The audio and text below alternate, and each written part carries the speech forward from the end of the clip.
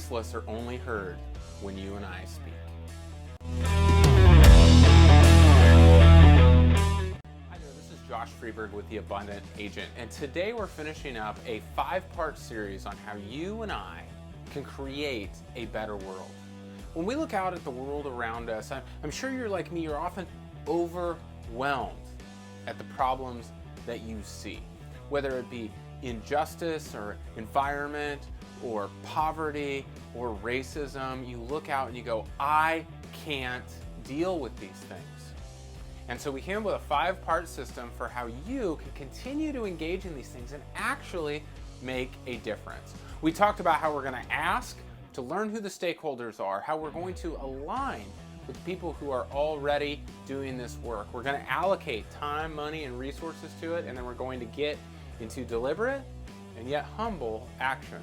I want to give you the 5th step today, which is to advocate. Dr. Dan Brunner said this: if you've been given power, it is to serve others. Now, you might not think of yourself as powerful, and yet you do have power. You have what we've already talked about, time, money, and resources. You have influence, and you may have a voice in your community, in your family, in your city, or maybe even a larger influence than that. How are you going to use that influence?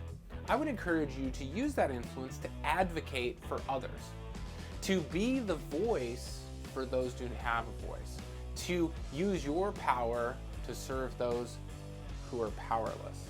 This is difficult to do because so many of us, we're programmed to ask the question, what's in it for me?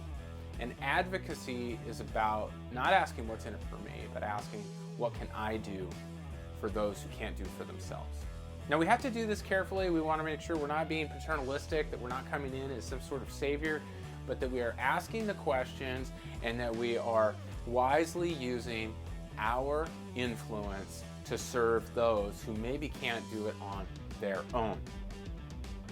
So I would encourage you to consider your business. As I talk with real estate agents and insurance agents, they say, how can I align my business with the things I care about in the world? And one of those ways is going to be an advocate for those who can't advocate for themselves. So I'd encourage you this week to take a look at your business. Now that you've begun to dive into an area of the world that you want to make better, and ask, whose voice isn't being heard that I could use my voice to advocate for them? This is how we can be more productive at work, more present at home, and more proactive in the world.